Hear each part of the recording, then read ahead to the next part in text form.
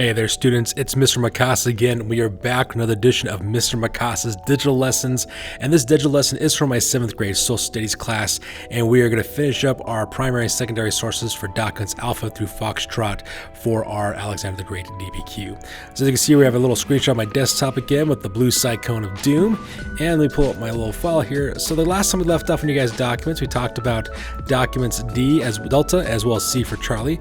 So today we're not going to go for our last two documents, or documents E for Echo and documents F for Foxtrot. So we're going to talk about these documents real quick, go over the materials of course, and have you guys start working on your guys' race paragraphs. So let me go and get zoomed in real quick. Oops, zoomed in a little too much there.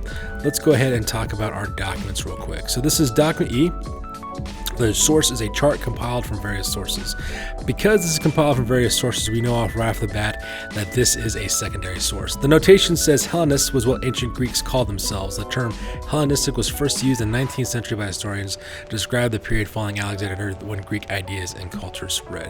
Which is also kind of interesting, right? Because like in Greece, the word Greek in Greece doesn't exist in the Greek language. They call themselves Hella. Is the name of the country that they live in, and then Hellas are people who are from Hella, right? Which makes you wonder, where did the word Greek come from? The reason why they were calling the Greeks is because that was the Latin name for them. That's what the Romans called them, and that's why we call them as well. So let's go and talk about document E real quick. So here we have a little chart. It looks like a little blue one here. And as you can see here, if we zoom in on it real quick, it kind of gives us some information about Alexander the Great's legacy. It tells us about the size of his empire, talks about the size of the Roman Empire in comparison to that, talks about how long it took him to conquer it. There's a lot of critical information that's located here as well. So what you'll need to do, of course, is use your guys' questions to answer this, use this chart to answer those questions as well. So keep that in mind, ladies and gentlemen. So that one's pretty straightforward. Now the next one is document F. The source is from a guy named Kazi Kushnawaz, a native of northern Pakistan, as quoted in The Footsteps of Alexander the Great by Michael Wood, University of California Press, 1997. So this is a secondary source once again. And what it is, it's actually a interview given by a man named Kazi Kushnawaz, who's basically lives in northern Pakistan today, and he's actually talking about Alexander the Great. So this is what he has to say about it. He says, long ago, before the days of Islam, Sakanir-e-Azam came to India. Now, Sakanir-e-Azam, that's basically the Arabic name, not the Arabic name, sorry, the Farsi name of Alexander the Great. Farsi is the language that's spoken in northern Pakistan and also Iran as well. It says, the two-horned one whom you British people call Alexander the Great. He conquered the world and was a very great man, brave and dauntless and generous to his followers.